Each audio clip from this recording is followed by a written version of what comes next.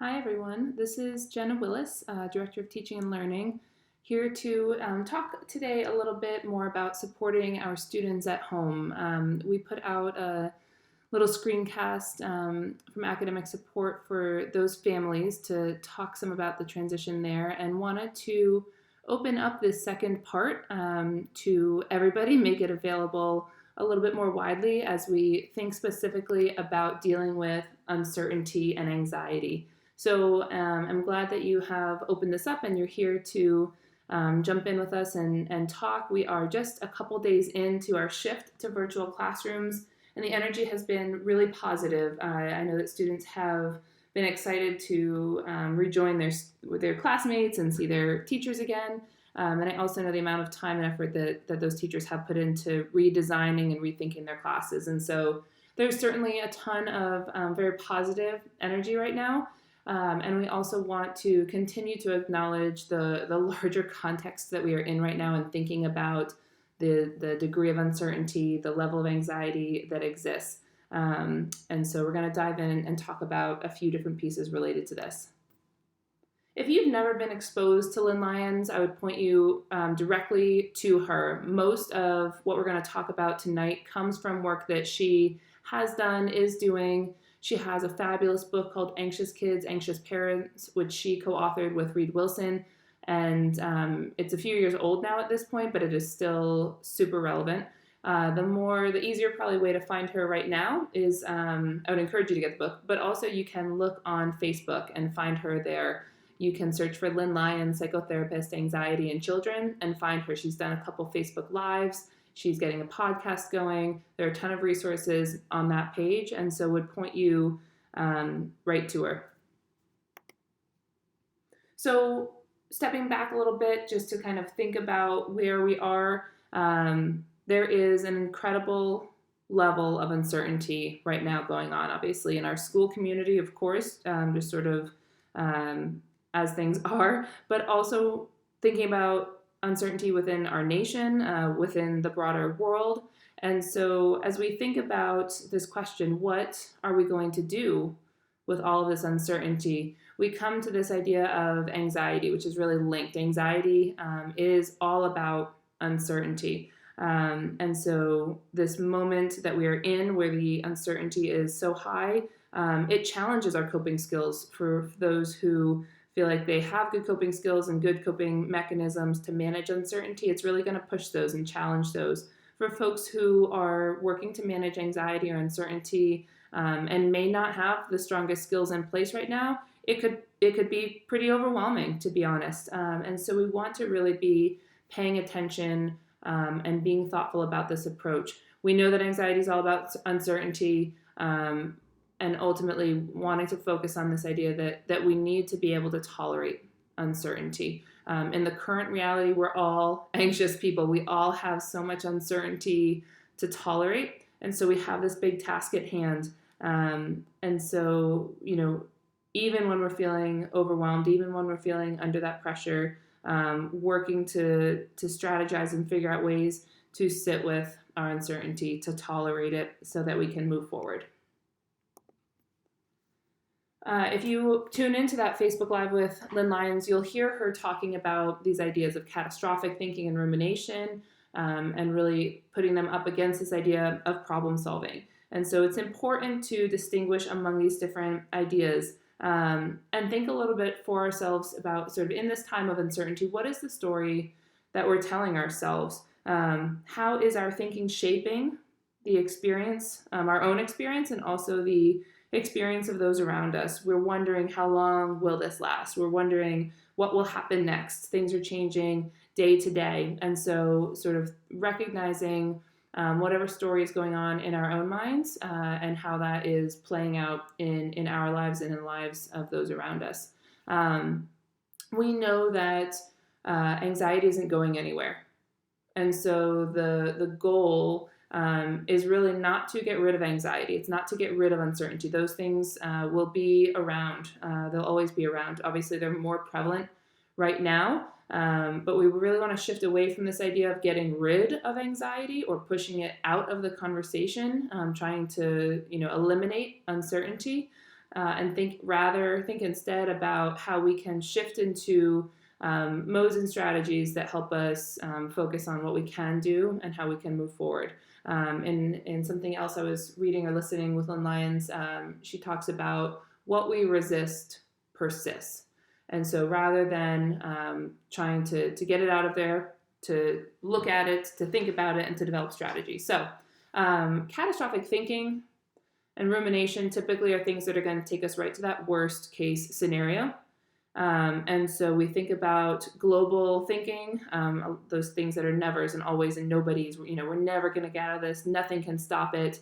Those ideas that take us to worst case scenarios. And rumination, this idea of being like constantly immersed in information. Obviously, right now with the news, with something like Twitter, other social media, with the statistics that are everywhere, it can be easy to get totally sucked into it and find ourselves leaning toward that obsessive rather than sort of informed.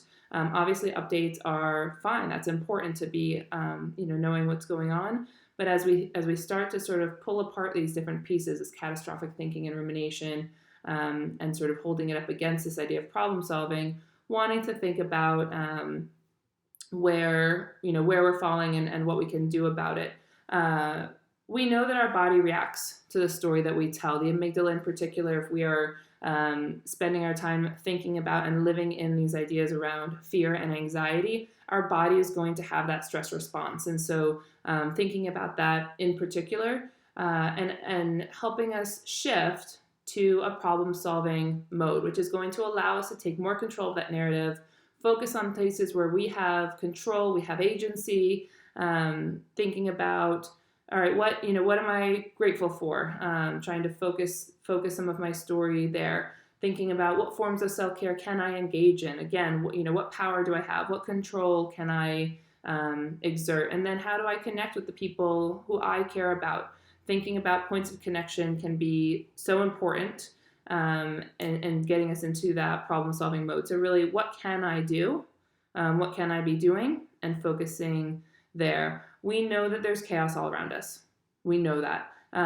In all of this chaos, we do not have to live in chaos. And Lynn Lyons makes this point that the chaos is around us, but our lives, our homes, our families, they don't have to be consumed by this. And it can start with that story that we tell ourselves and the story that we're telling those around us. And so that's definitely something that we're focused on. We're able to serve as models for this and to be able to focus on problem solving, tuning into the words that we're using, thinking about the things we're saying, the behavior that we're modeling. So we want to be honest. We want to be, we're not trying to sort of paint some unrealistic picture. We need to be honest with ourselves and with those around us, but we also want to be really aware of the differences between catastrophic thinking and rumination and a problem-solving mode, and then recognizing the impact that has on our bodies, on our stress level, on our ability to take control and to take action. I want to spend a couple of minutes here just thinking about this idea of struggling with loss and isolation. And certainly for our students, many of them have been and continuing to experience loss and isolation in various forms. Students, if you're sort of having these conversations at home, they're probably feeling like they're missing out. And really that's because they are missing out. They're missing out on things that they had expected to have. They're missing out on just what they believed was going to play out in their lives. And if you have a senior at home, you're probably experiencing this in an especially acute way. And so really taking the time to really honor this loss and this potential sense of isolation that they may be experiencing, and thinking about this balance between demonstrating empathy and understanding and really wanting to be there with them and allowing them to experience those feelings without, really diving headfirst in with them. And so staying in this place where we can allow them to feel this fully, we can express our understanding and express our care, but not get so sucked in that we start really, we're going to have our own sense of loss and our own sense of isolation as adults in the situation, but wanting to avoid sort of fully diving in and feeling immersed in their feelings, wanting to be a touch point for them rather than sort of fully in it with them. It's not our job to rescue students from their feelings. And instead, if we can start to think about validating those experiences, allowing them to experience those feelings, and then, helping them think about what those next steps are be. So, I understand, what's the next step? What can we do with this? How can we move forward?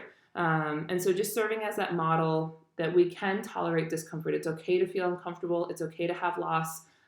We can manage this. And, as we're ready, we can move forward. I share this grief cycle with you because I like this bottom part where it talks about sort of how you can support somebody throughout this. And so thinking about providing information and communication when somebody is in early stages and experiencing some of the anger or some of those emotions, and then really just defaulting to emotional support when somebody's really at their lowest point and feeling the emotions very, very fully. And so just being a support role then. And then having the opportunity and, thinking about the ways that we can guide and direct students as they begin to come out of that really heavy time and thinking about, what is next? What do you need? What can we be moving towards together? And so thinking about how to support students in those different cycles. And I include this image here because I think that certainly while we would love to have something as straightforward as this is how everybody moves through these emotions, we know that it's not that simple. And so there's a sort of jumping around that happens, and we need to just sort of be able to adjust to what the student is giving us and be able to offer the support that we can in those times. So those are just a few thoughts on some of the loss and isolation that students are experiencing, and that I know that folks are helping them work through at home and here on campus. I'm going to just do a quick final plug for Lynn Lyons. If any of this has resonated with you, I point you to her. And then otherwise, I thank you for tuning in for this. And if you have questions or you want to continue the conversation, please feel free, reach out via email. You can certainly call, and the voicemail will come to my email, so feel free to leave a message there. But otherwise, thanks so much for your time, and talk to you soon. Take care.